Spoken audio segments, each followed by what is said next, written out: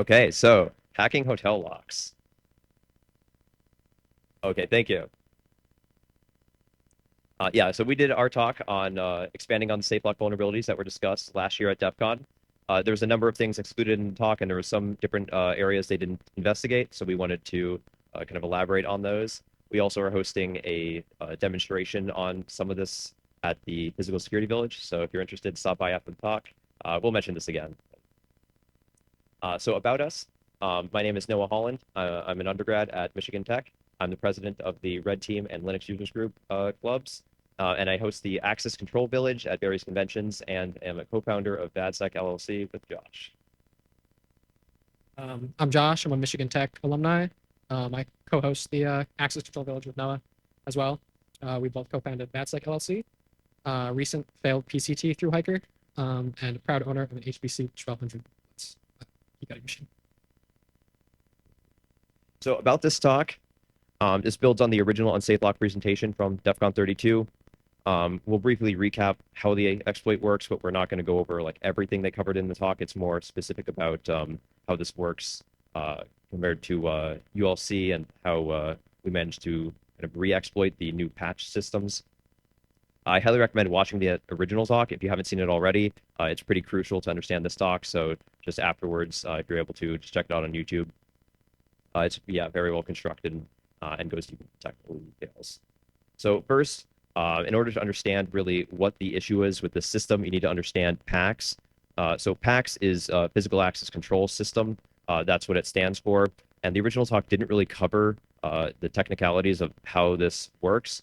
So with online PAX, that's what's most common for a lot of commercial systems and organizations. That's where the credentials just have a facility code and a card number. Usually this is encoded in something called the WGAN format. The card numbers are then tied to individuals, usually on the server side. So it's transmitted from the card to the reader, to the controllers, to the upstream server. So I do have a nice animation for that, but you guys can't see it, unfortunately. So it does get cross-referenced in a database that defines access, usually customizable with like a web interface or a proprietary program from a software vendor. So the controller just speaks to the server, hey, card number 123 wants to open door 100. Then the server looks up in its own database, oh, card number 123, that belongs to Bob, accept entry. And of course, the advantages are you get centralized audit logging. You can get real-time alerts for if someone tries to tap into a location. But how does this actually relate to hotels? Well, it doesn't, and that's the problem. So this gets us into offline PAX. This is the other form of an access control system where you have just the card and the reader, and they both serve offline. They don't communicate with the internet. And so it's a pretty common approach for hospitality systems where the access data is encoded directly on the card itself. And now, of course, as security folk, what's one potential issue which is with this approach? Well, it's significantly more insecure. Privilege escalation is much easier, and there's a lot less audit logging because you have to go to each individual lock to check what its individual audit logs are versus having a centralized holistic view. And logs have to be stored either on the cards or the readers. Technically, some of these systems now are like semi-offline, so you can get Zigbee or other IoT protocols, and they can send audit logs back to a central server, but their authentication mechanism is still primarily offline. And so hotels do have a number of unique use cases, pretty much just that not all the readers can be networked, so that's why it's so common. Although they don't really need it for every single reader, it's still common industry practice just to have all of them offline first.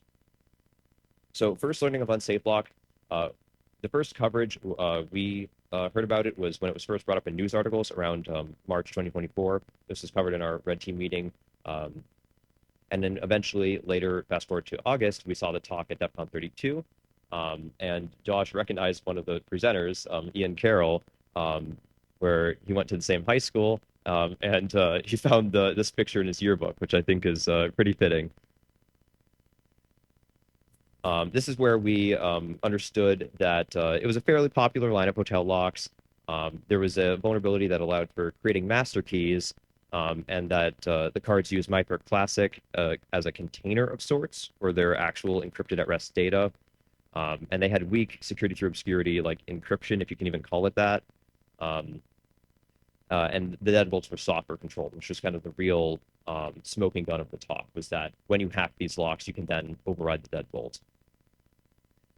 But they really emphasized at the end of the talk that this was now patched. There's nothing to worry about. All the hotels on the strip got patched.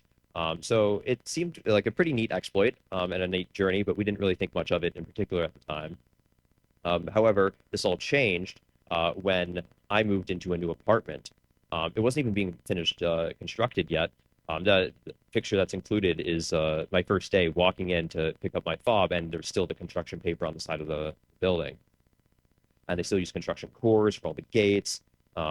So when I scanned my apartment fob with a flipper just to back up the key, so I had a spare, I noticed it was able to parse the data, and some of this data sounded familiar. So I looked into it more, and I realized it was Unsaflok, that there was now a parser on the flipper. Yet this was in an apartment, not a hotel. So what does this mean? Well, this gets into Sapphire locks. So Dormakaba has more offerings than just Saflok. Sapphire is one such offering. But the important thing is the bit format and the encryption is the same between their different products. So Unsaflok does affect more than just the specific Saflok line of locks, and they did mention that in their website, that it does affect a few other brands or a few other lines from Dormakaba. And then we also noticed that data seemed to be written to the card in each tap, and so we eventually figured out why that was. So this gets us into ambience and community, which is the current software that's needed for hotel systems. This is what they mentioned in the Unsaflok talk that Dormakaba is trying to move everyone onto. So it's a web-based solution, but it's locally hosted at the hotel property. Users guides include what ports need to be forwarded. So with this information, we can then plug this into Shodan, and we can find a ton of online ambience installs connected to the internet. Now, this does only work when a server is really egregious and has their database open as well. If it's just the web interface, the only identifying text of Saflok or ambience or community or any of the kind of real easily identifiable text loads after the fact with JavaScript. So simple scrapers like what Shodan has don't catch it. But getting access to these in general is hard. Like, of course, you could pull up the web interface, but that doesn't help us. We need access to the actual software to understand how it works. But we don't need access to ambience and community since the system structure is shared across solutions, we can just do the same thing that the original talk creators did and use System 6000 instead, where all the fields and the format is still the same. This is where we set off on building our own lab. We acquired a copy of System 6000 online. And ordered some parts off eBay. About $60 for 2 encoders, $60 for a demo display lock, and then $100 for a parts are not working HH6, which actually worked fine. Ordering the HH6 is always going to be the most difficult part because there's a ton of different names. It used to be the LPI, then it was the M unit, and now it's the HH6. So you have to look for all 3 of those on eBay. And there's a ton of different variants. So you want either the 007 or the 009. That's for programming over serial or NFC, whereas some of those older variants go to different locks, such as Oracode, and they don't work on Saflok.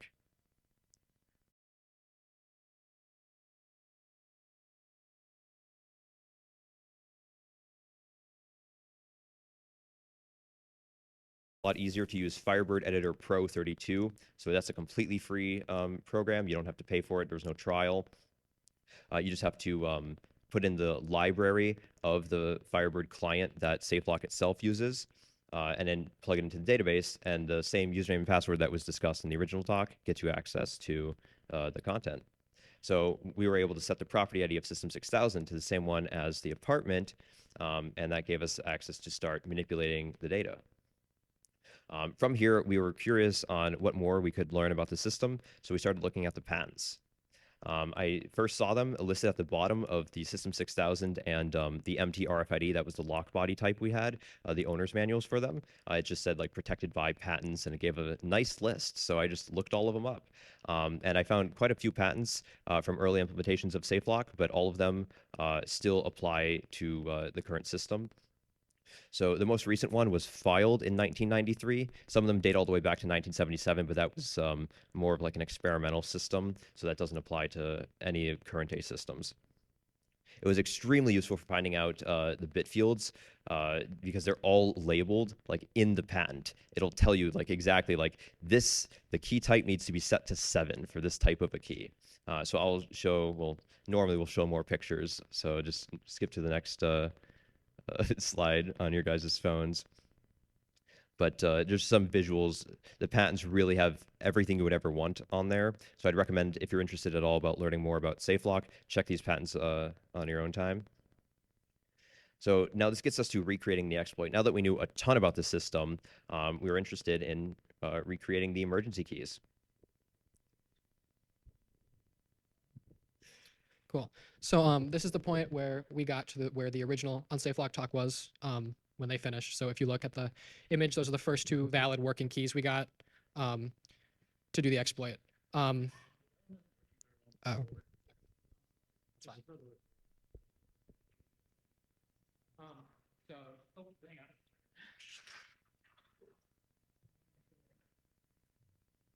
on. Testing. Where?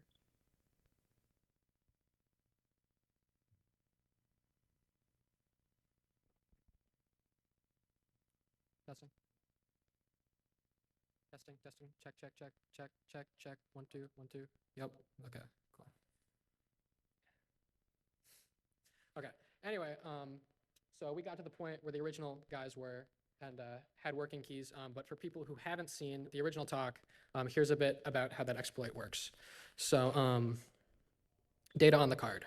So all data that's important to the cards is stored in 17 bytes. It's in a red box on that listing of bytes there, stored in sector 0.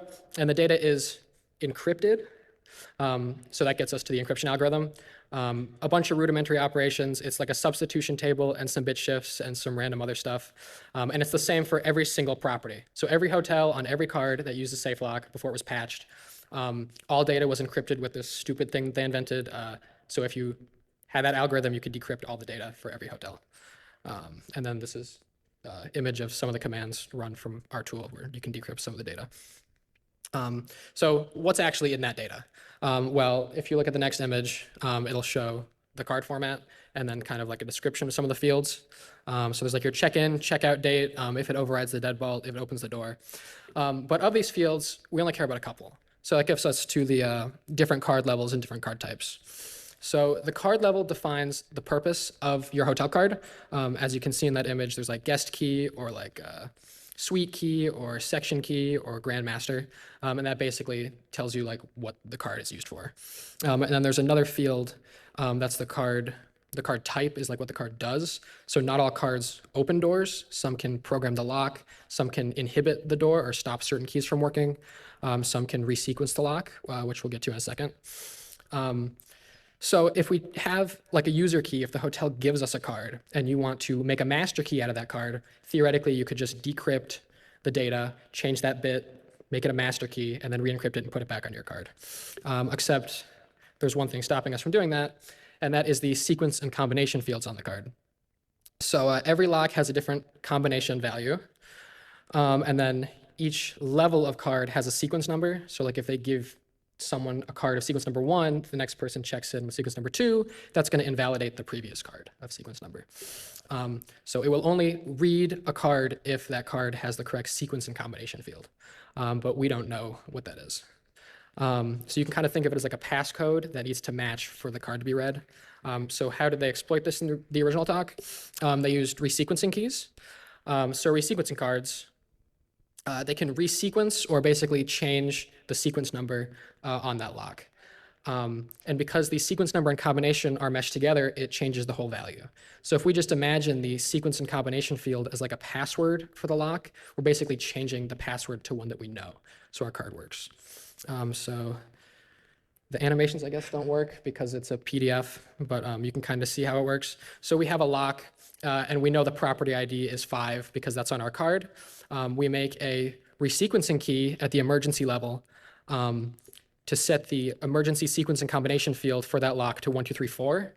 And then now we know it's 1, 2, 3, 4, so we can tack our, you can use our attacker emergency key on that door and it will open the door. So these two keys in combination can open any door in a property, and that's what they found in the original talk. So custom tooling. So when we were also figuring this stuff out and recreating what they did, we wrote up some tools for the Proxmark. We will submit the PR for these tools after DEF CON for reasons we'll talk about later. This tool doesn't perform the auto exploit. It just lets you dump the data and modify the data, but it's pretty easy to exploit a hotel with this tool. And if you look at these images, HF Saflok, this gives you the list of all the commands. HF Saflok read will dump all the data from your card, and modify, you can modify specific fields on a Saflok card. If you come down to the PSV, we have a booth with this running, and you can play with it and test it out. We also have some 3 Saflok locks. You can mess with as well. One thing we found as well, aside from those 17 bytes on the card, farther down on the card, there's a couple of other things that are stored that they didn't talk about in the original talk. So there's 2 things that are stored. The first is logs. So if I tap my card on a door and it doesn't work, it will actually write data to the card saying, your card didn't work, here's why. So our tool will parse that as well. Both of these are stored unencrypted. Or the other thing that's stored is variable keys. So if I have a key and I want to also open another door, they just store the value of that door unencrypted farther down on the card. So if I have a card that opens lock 5 and I want to also have one that opens lock 7, they'll just put 7 and some other bits at the bottom of the card as well. So they didn't talk about either of these in the talk, and our tool will parse both of these. And then you can see the 3 images. The first one in the top right, that's the extra data on the card. And then on the bottom right, you can see the different fields. So it'll tell you the error codes and the time it was tapped on the door and other stuff. And then you can see the other command Saflok interrogate that will tell you the other locks that a door can open. So we thought we would be the first people to publish a working exploit. However, we saw this, we were reading Dormakaba's website, the manufacturer of Saflok, and they released a statement saying somebody released a public exploit for this. And we were wondering, who could it be? So we Googled around and we managed to find a Flipper full attack tool that's similar to our tool, which was for the Proxmark, but for the Flipper, 3 days before their announcement. So we're assuming this is what it was. But somehow it had 0 GitHub stars and 0 forks, and nobody had found it yet, I guess. So I don't think anybody knows about this yet. But story time, the README is really funny on why this guy made this. So he lived in an apartment complex, and the company that managed it managed 25,000 units across Seattle, and every single one of those units was using Saflok. So he goes to the management and he says that, hey, these doors are vulnerable, you got to fix this. And they say no. So he makes a master key and he mails it to them, and they say, sorry, we don't believe you, it doesn't work. And then they threaten legal action against him. So he published this full exploit. So we thought that was kind of funny. So check that out later. So yeah, there's an animation we made of a card going into an envelope and being mailed, but it doesn't work on the thing. So now Noah's going to talk about the HH6 programmer that's used to program locks and get into some more stuff that we found about that. Yeah, so the lock programmer, we'll just call it the HH6. That's the most recent thing they've called it. That's their handheld programmer. It works over NFC and serial primarily, although you can also find models that work over Bluetooth, Zigbee, infrared, and a few others. JTAG was locked. We did try to hook up to the JTAG port that was on the board. That didn't work out. We also tried the lower level serial debugging, and that was locked. However, the MCU does have a known vulnerability. So we don't own a Pico EMP yet, so we couldn't exploit it. However, it is still possible to run that exploit, and that's something we'll be looking into in the future. And I would recommend others do as well, because the original talk said that the HH6 errors out if there's a mismatched property ID. So if you program it with your own property ID of 1, go to a hotel that has property ID 100, then they shouldn't work. This is actually incorrect. You can interrogate any lock with an HH6, even if it's from another property. And you can get the shift times, so you could know when housekeeping comes and goes and whatnot. So in theory, that could be used for plans of attack. But more importantly, it gives you the property ID. So you actually don't even need to find a discarded hotel key to get the property ID of a facility, because especially if you've noticed in Vegas, now they've kind of wisened up and they have these return key boxes. They don't even let you just put it in a bucket on the counter anymore. So it has a slot to try to prevent people from pulling them back out. Well, you don't even need them anymore. You can just go directly up to a lock, plug in, and you're good to go. Now it's significantly easier to exploit because you don't even need hands-on access to a card. And the HH6 does support something called ELPS, the emergency lock power supply mode, where it essentially just emulates an emergency key to the lock and pops it open. So that means it is possible to pop open the lock over that serial interface.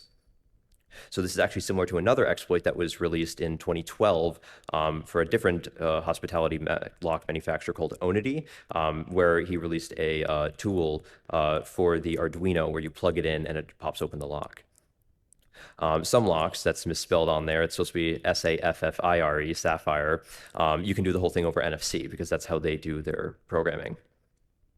And so, yeah, the original talk, their bullet point was errors out if the property ID of the lock is wrong. I'm not sure where they got that from because it's never once happened when in our testing.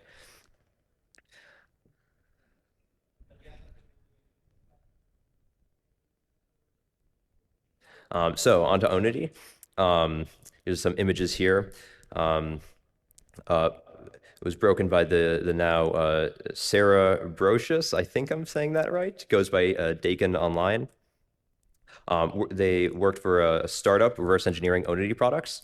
It's called the Universal Platform Management Corporation, which went bust and then just sold the exploit they found to law enforcement for $20,000 and did nothing else. So they just completely went under. However, they got a 2012 Black Hat talk out of it called My Arduino Can Beat Up Your Hotel Lock. They also published the full paper on our website. And the technical aspect of this exploit was that the programming port allowed for memory access. So what you would do is you would plug in an Arduino into that port, read the section of memory that contained the hotel's site code, and then you would use that to pop open the door lock. So something very similar to what you could do with an HH6 for Saflok, which is why we bring it up. At the time, there was a whole huge media frenzy of this $6 tool can open millions of hotel rooms. So it was very much kind of a hot topic for a while. Onity's response was, well, you can get a plastic cover to keep those dastardly hackers out, or fill it with epoxy, or you can pay them for a full PCB swap. And not many places did that, predictably. So I think it's kind of interesting. The response at the time was a bit varied. So on one hand, from the hacker community, we got the James Bond marker. And then on the other hand, there was a Texas burglary spree using the same exploit.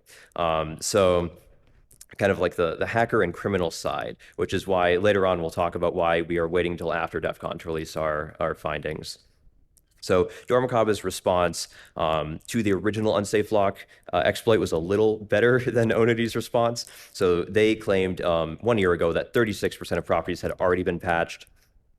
As for what the fix is, Dormakaba released what they call the lock update project. That's kind of their whole collection of trying to of materials to update these hotels to be secure. Their mitigation solution, they call it a two-part. The first part is upgrading hotels away from MIFARE Classic onto MIFARE Ultralight C credentials. And then the second part is using a per-site diversified AES 128 key for that encrypted at rest data.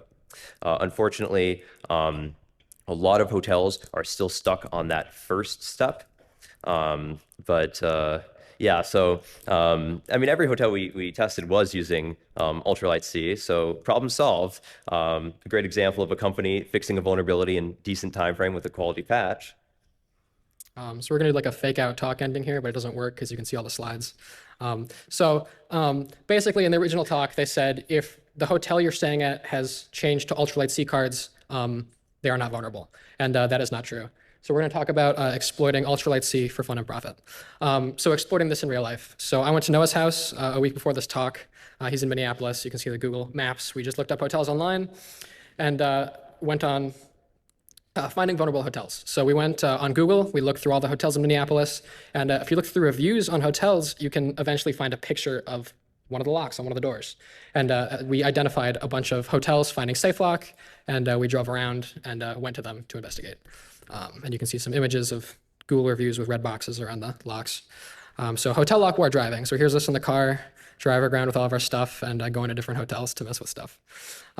So step one to exploiting ULC Saflok.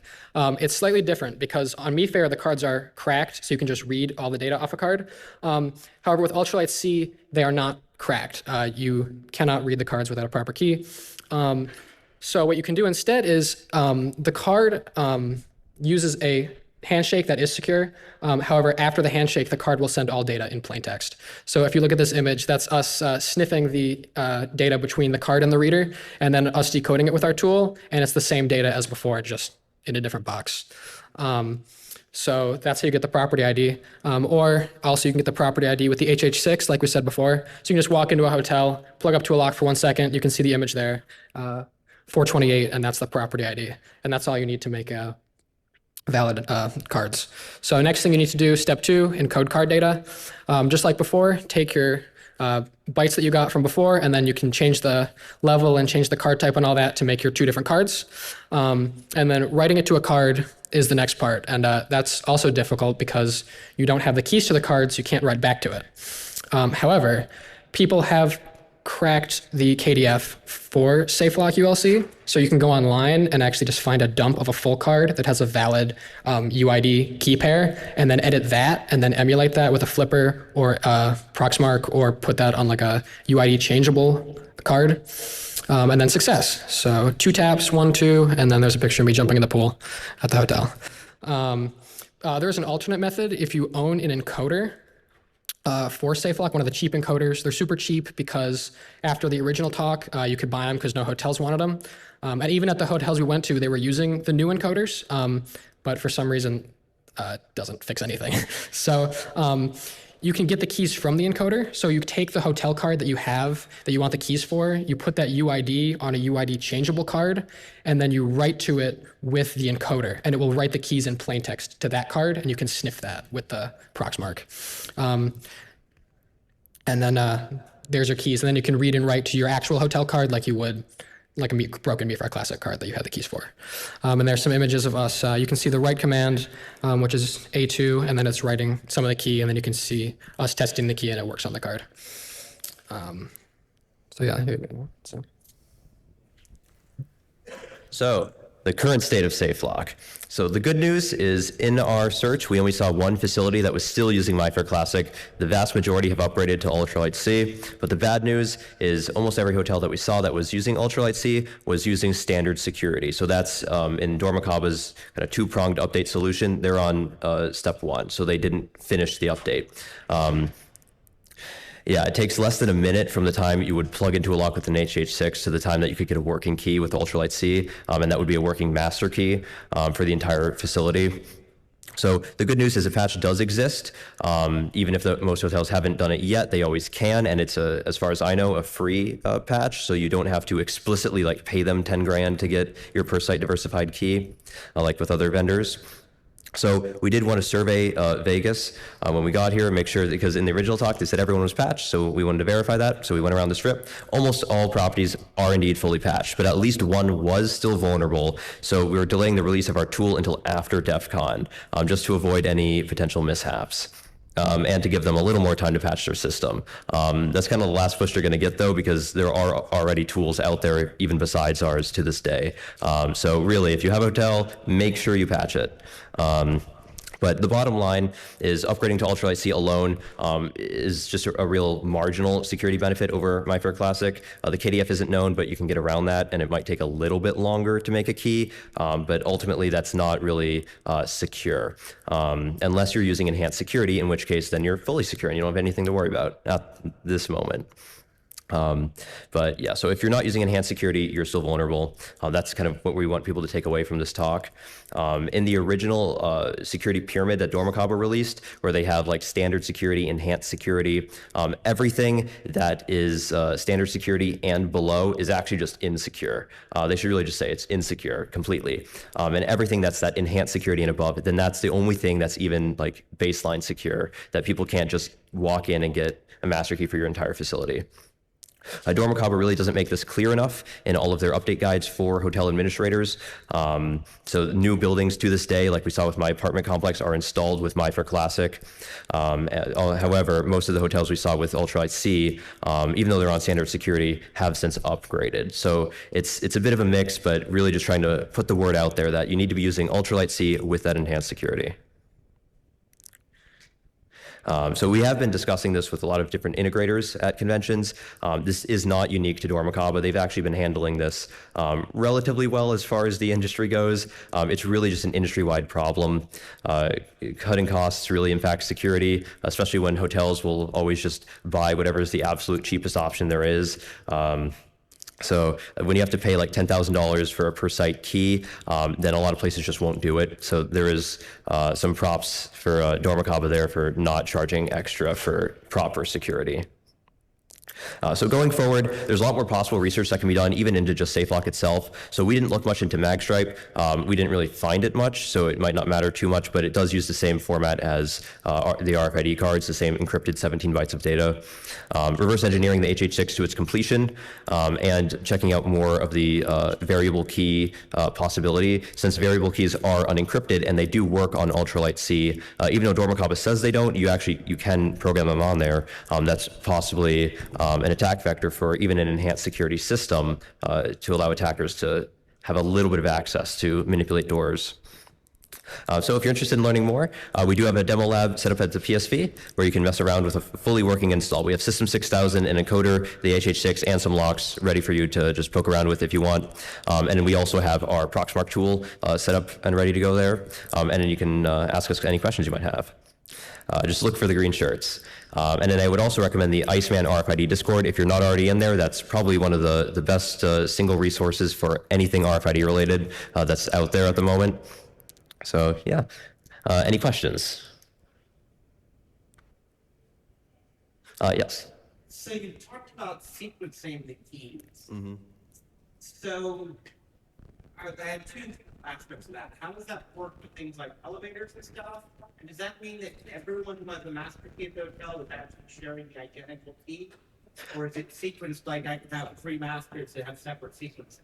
So the sequence is paired with the card ID, and in fact, in their documentation, they call it the duplicate card ID, and that's why it exists. So the card ID is just a number that exists to differentiate one card from another. So when you check into a hotel as a resident, they'll give you usually like two keys, and so those keys will be completely identical, except the card ID will be incremented up one from the other. And so that's the same way they handle staff master keys. And then for elevators, you can program locks in different ways. You can program them as areas configurable with what they call the pass authorization field, which gives you 12 bits that you can assign to various areas, or you can program them to just automatically work on any guest keys that share the facility code. For the property. Yes, for the sequence number. For the duplicate card ID, so the duplicate card ID only exists really to differentiate the cards in the logs. So when you pull the interrogation logs, yeah. I will say, depending on the training and front desk staff, sometimes they will just issue duplicates of the same card and they give you two guest cards. If they do it by the book, they'll actually give you different cards like a lifetime, but it's kind of lazy. Mm-hmm. I've had people walk in on me because the front desk messed up like that. I will say, yeah, we noticed that one hotel never resequenced guest keys. They actually only ever made duplicates. So it was like key ID 85. So that those do exist. Now, technically, that should still be okay if you tap in and you set the card creation date is newer than the previous cards. It should invalidate them, but I'm not certain about that. I haven't tested that.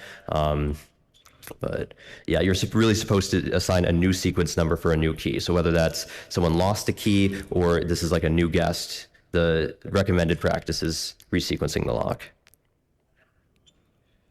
I'm pretty sure at least one hotel, by the way, is still on my card classic.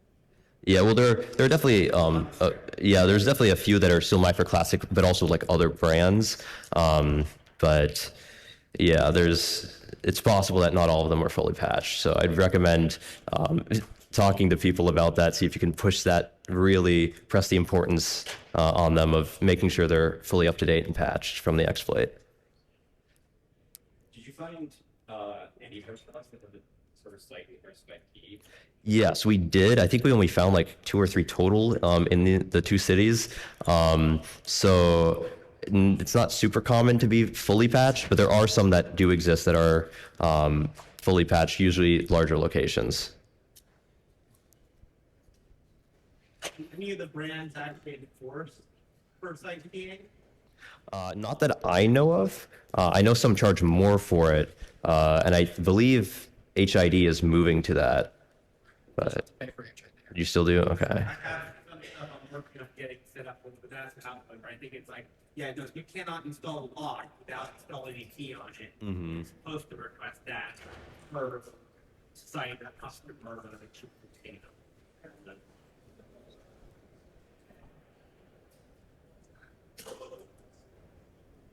That's it.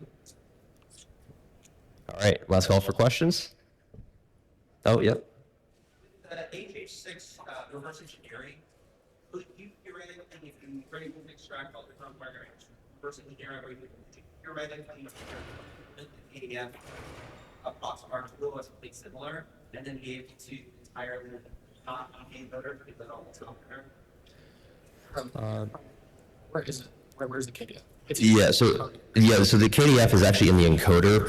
So for Ultralight C, this is actually something we didn't mention. For Classic and some of the other card formats, the KDF is in the System 6000 software, whereas for Ultralight C, it's in that encoder box itself. But it is available on a Gen 1 encoder. So those are older, higher likelihood of vulnerabilities. We haven't looked at what MCU they use. We don't know if they're vulnerable, but they are pretty plentiful online. So it's pretty easy to find a device you can use as like an Oracle. All right, and yeah, you can, oh, yeah. So, with all the braces coming out, like plastic, basically, one what's else now, Alpha's most C coming out, and, the most C there's like Tito Action, Saflok switching to S5s. They support Desfire. They do support Desfire. A lot of hotels don't use it because the cards on a per card basis are more expensive, but that may end up needing to be changed in the future because there have been attacks on ULC key recovery that is apparently, from what I hear, in the works. Hasn't been disclosed publicly yet, but there are definitely things on the horizon that don't look too good for Ultralight C at the moment. So it's probably pretty likely we're going to see a lot of hotels have to switch to Desfire pretty soon. You think we'll ever see locks move to something like a PID card and just embed in a certificate information? Proper crypto? Some of those do exist, but the problem is the cards themselves cost so much individually that's essentially the worst nightmare for a hotel because they lose so much already on people taking the keys. That's why they're using Ultralight in the first place, is they're significantly cheaper than Desfire cards. All right. If you have no more questions, you can hit us up in the PSV afterwards, and if you just want to mess around with stuff or talk to us, and we can also give you like the proper presentation. This was really supposed to be a heavily visual presentation to explain all of these concepts. We had a lot of diagrams, a lot of interactive visuals.